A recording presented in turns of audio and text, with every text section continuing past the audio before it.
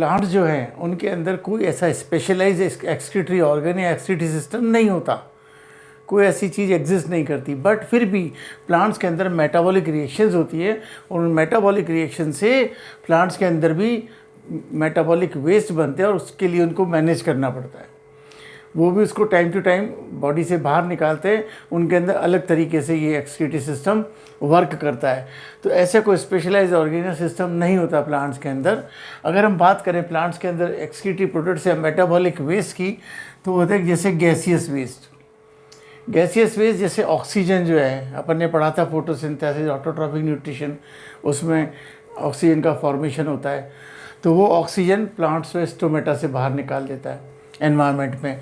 इसी तरह carbon dioxide बनती है रेस्पिरेशन में, एक्सेस जो है कार्बन डाइऑक्साइड, बाकी तो प्लांट ने डे टाइम में यूज़ कर ली, फोटोसिंथेसिस में जो एक्सेस है उसको वो एक्सक्रीट आउट कर देता है थ्रू स्टोमेटा। ये स्टोमेटा के थ्रू होता है।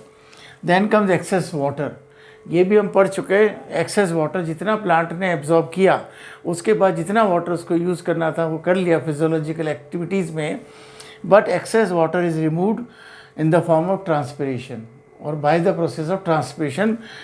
Removal of excess water in the form of water vapour is known as transpiration, जो हम पढ़ चुके हैं इससे पहले वाले टॉपिक में। तो ट्रांसपिरेशन के थ्रू ये एक्सेस वाटर निकलता है। Then come solid waste. Plants जो हैं कुछ सॉलिड वेस्ट जो उनकी बॉडी में बनते हैं उसको वो वहाँ से लेके या तो लीव्स में या स्टेम में या रूट्स में स्टोर कर देते हैं, और जैसे ही लीव्स या तो नेचुरली फॉल ऑफ होती है या वो रिड ऑफ कर देते हैं तो उससे उनको छुटकारा मिल जाता है। Otherwise they store in roots, जैसे एग्जाम्पल यम और कोलाकेसिया। कोलाकेसिया जो हम खाते हैं सब्जी अरबी होती है जिसको कहते हैं, अरबी के अंदर ऑक्सीडेट क्रिस्टल्स होते हैं। तो जब हम उसको पकाते हैं या तो वो जो क्रिस्टल्स हैं वो डिज़ोल्व हो जाते हैं, इसलिए हमें कोई दिक्कत नहीं होती। और येम के अंदर भी क्रिस्टल के फॉर्म में स्टोर हो जाता है सॉलिड वेस्ट। इसके अलावा लेटेक्स और रबर, आपने देखा होगा लेटेक्स और रबर होते हैं, ये एक्सक्रीट होते हैं थ्रू स्टेम। अब आप यहाँ पे देखिए साइड में आपको दिख रहा है कि किस तरीके से स्टेम से लेटेक्स और रबर निकल रहा है। उसी तरीके से लेटेक्स और रबर निकाले जाते हैं और लेटेक्स का इस्तेमाल होता है, रबर का इस्तेमाल होता है अलग अलग प्रोडक्ट्स को बनाने में।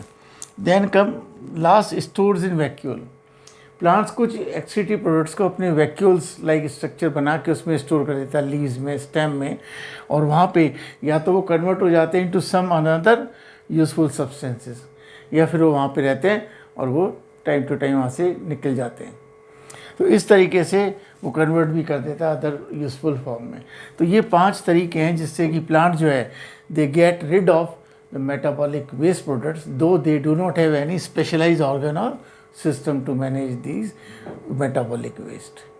So this is all about excretion. Excretion से related सारे important notes, इसके साथ साथ न्यूट्रिशन चैप्टर के सारे notes, important questions, multiple choice question सब आपको अवेलेबल है मेरे टेलीग्राम चैनल पे द बायो हब 24/7।